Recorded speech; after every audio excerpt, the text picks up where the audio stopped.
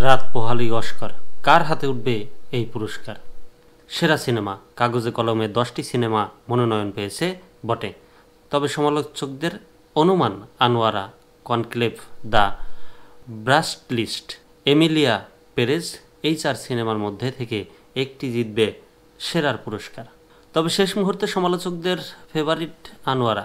গত বছর স্বর্ণ পাম জেতার পর চলতি বছর ক্রিটিক চয়েস স্যাগো প্রডিউসার গিল্ডে সেরা ছবি হয়েছে এটি।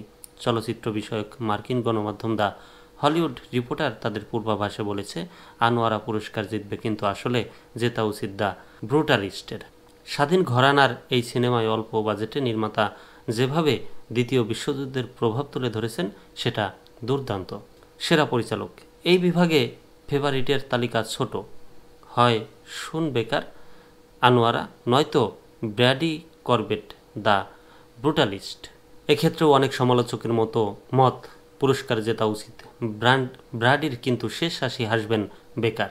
সেরা অভিনেত্রী পুরনো টুইট ঘিরে বিতর্কের কারণে সেরা অভিনেত্রীর দৌড় থেকে পিছিয়ে পড়েছেন স্প্যানিশ অভিনেত্রী কার্লা সোফিয়া গ্যাসকন। তাই ধারণা করা হচ্ছে ডেমি মুর বা মাইকি ম্যাডিসনের হাতেই উঠবে এ পুরস্কার।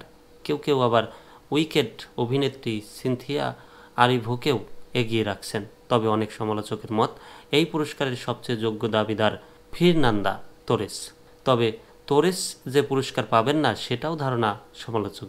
সেরা অভিনেতা দ্য ব্রুটালিস্ট সিনেমার জন্য গোল্ডেন গ্লোবে সেরা অভিনেতা হয়েছেন অ্যাড্রিয়েন ব্রডি। অনেকের ধারণা অস্কারেও সেটার পুনরাবৃত্তি হবে। কেউ আবার আ কমপ্লিট আননোন সিনেমায় বব ডিলানের চরিত্রে অভিনয় করা টিমোথি শ্যালামের নামও বলছেন। তবে সমালোচকদের ধারণা শেষ পর্যন্ত ব্রডি পুরস্কার জিতবেন।